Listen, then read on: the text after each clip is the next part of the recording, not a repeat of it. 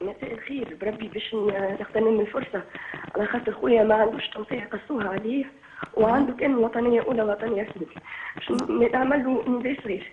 يا سامي يعليك ويا سامي يخليك، مش هذا اللي فهمنا فيه يا سامي، احنا تفهمنا في الصمود ثم الصمود ثم الصمود يا سامي يا سامي. نرجو سلمى لا سامحني نوصل له صوتي من فضلك. خويا رافد باش يشوف الفاميليا ورافد باش يحكي مع العباد، صوتي ما نجم نوصله له كان عبر قناة. من فضلك من فضلك نحب نحكي مع خويا ونقول له يا سامي يعليك ويخليك يا سامي، مش اللي تفهمنا فيه انت شدي روح واحنا نحاولوا نخرجوك يا سامي.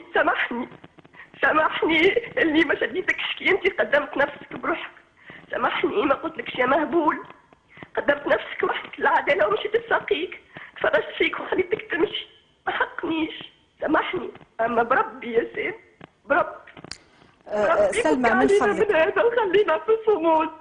خلينا في الصمود وخلينا تنخرجوك بالقانون، تنخرجوك ما نعرفش كيفاش اما بالقانون نخرجوك. بطاقة السراح في يدي، هاي معايا يا سامي، هاي معايا بطاقة السراح وراس خويا نخرجك معاك القانون، معاك القانون لازم جوست نطبقوه. سلمى عندي حاجة نحب نقولها إلى سيد الوزير. يا سيد الوزير نحب نجاوبك على حاجة، على سؤالاتك اللي ديما يسألوك فيها الصحفيين واللي يقلقوك واللي يقولوا لك شنو حكاية سامي الفهري، تستهزئ بهم وتقول لهم يا أخي ما عندكم كان سامي الفهري. سيد الوزير نقول لك اللي من 21,000 سجين عندك أنت سميني سجين واحد خرجت فيه بطاقة سراح وما طبقتش. نعم سيد الوزير الصحفيين يسألوك على سامي الفهري على خاطر أنت عملت بدعة من نوع عمرها ما صارت، بدعة انه واحد يقف قدام الحبس ويستنى في خوه خارج ويزمروا ويزغرتوا واعطاه حوايجه وخرج وقف قدام الحبس ويستنى باش يحلوا الباب ويعاودوا يرجعوه لبيته للشمبري نتاعو. سيد الوزير انت ما تعرفش شو معناها الحبس، انت بالحق تحكم عليك عامين حبس اما ما شدتهمش، وكنا نعرفوا علاش ما شديتش العامين حبس اللي تحكم عليك عام 88 على خاطر صححت الميثاق الوطني. مثالش سلمتها. اما اليوم يا سيد الوزير منك يجي العقل، منك تجي الهمه.